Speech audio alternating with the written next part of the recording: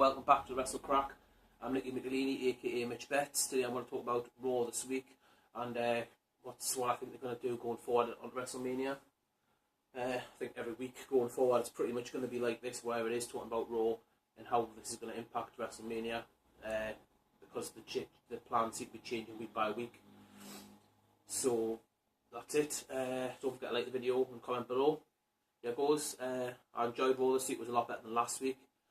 I like Shane starting off the show. I know if you are trying to boost people up and keep viewers there, they should have had them come on at the start of the third hour, because the third hour's ratings drop and the overall quality of the show drops. I think 3 hours is far too long.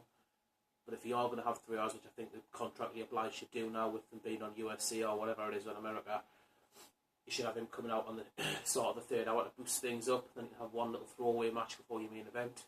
You can have anyone come out at the start of the show and cut the promo in the ring to start off the show like they like to do. It didn't need to be Shane to do that. It could have been Triple H, Stephanie, Ambrose, could have been Kevin Owens, it could have been anybody. But I liked Shane coming out anyway. I liked Shane's promo. I was getting into it until Vince came out. I think the gong and then Vince coming out sort of sucked the life out of it. By the time Vince had finished speaking, the whole life of the interaction between the two had been sucked out of it by Vince. I think it was too much. I think it was just too much having Vince and Shane going on one-on-one like that. It just seemed odd and it didn't seem exciting when Vince was there, which is a shame. I know Vince botched a couple of his lines. He said, it's easy to say, isn't it? I know he called The Undertaker the Under, and he said something else towards the end of it that he's got his words mixed up. Like I said the other week with him swearing, I think it's just a bit, he is losing it a little bit, which is fair enough. He is old. They shouldn't have him on TV in such a prominent role if this is the case, which it looks like it is. So the segment wasn't the best for me. Shane McMahon's punches looked a bit shit. His knees looked good, but his punches looked a bit crap. Little rabbit punches. I don't think that's going to come. I don't think Undertaker can realistically sell for that. So going into Mania, I think it's going to be a weird one. First match of the night was Owens and Neville. That was a quality match. I thought that would be the match of the night. Obviously it wasn't because of the tag match later on, but I'll get to that. Owens and Neville was a really good match. Obviously Owens came out on top. Does Owens a lot for his credibility? Does Neville a lot for his credibility? And obviously Sami Zayn coming out in the end. Hopefully Zayn and Owens are going into a feud one-on-one at Mania. I don't see why you'd introduce somebody into it like this. A sort of build up not a personal feud with Owens if they are going to surround it into a multi-man ladder match or whatever it is. I can't see that happening. I think the US title's got more of a chance of being the multi-man match. Hopefully it is. So I'd really like to see Owens and Zayn go at it again and prolong their feud type of thing. So I was happy with Zayn. I'm glad to see him back on Raw. And after the break, I had the Rock promo. It's just a waste of time. There's just no need for it at all. I think he's just Rock's devaluing himself by doing shit like that. It doesn't make sense to us. They're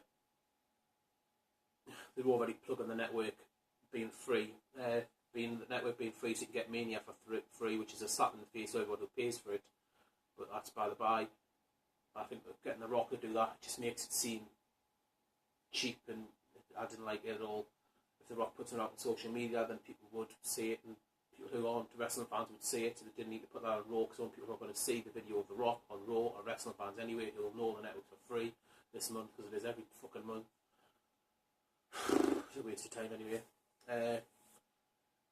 You had Ziggler and the League of Nations going up against each other tonight. It's strange the way Ziggler was portrayed backstage with Stephanie sort of getting a rub. Maybe that's going to come out and then try to screw the Authority at Mania or something. I don't know. It was just a strange thing for them to bring up Survivor Series 2 years later, and something when it was a bit off there. I don't know what it was. Maybe it is that he is going to get involved at Mania.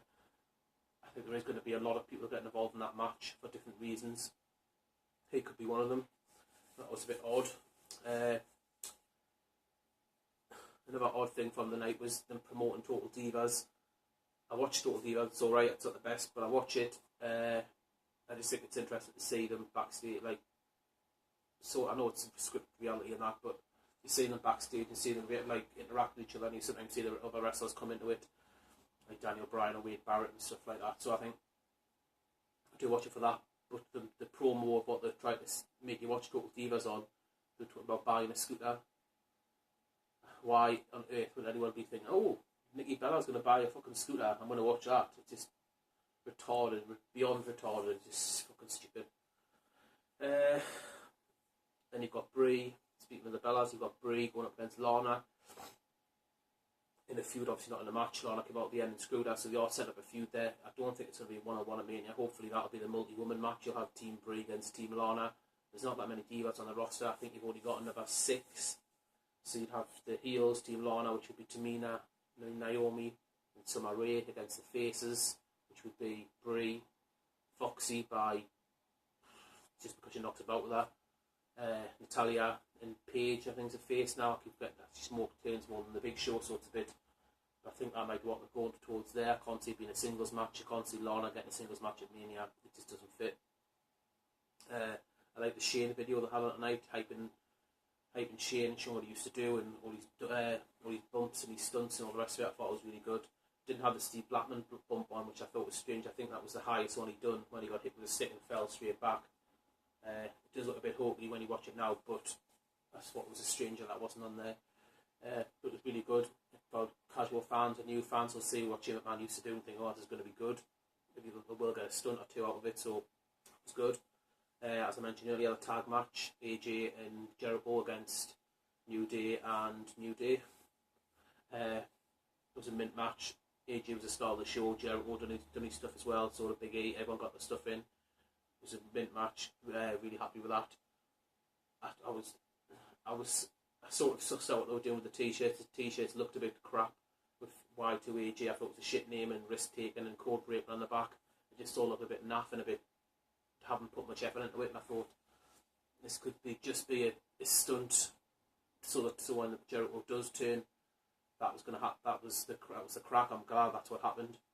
Because now you've got Jericho and AJ one-on-one, which I much prefer than them in a sort of a tag team match at Mania. I think that's going to be a good match. So I'm happy with that. Jericho done a perfectly 3 code breakers, put the t-shirt in his mouth. You've got all the heel heat in the world now going forward. That's really good. Ambrose had another strong night tonight.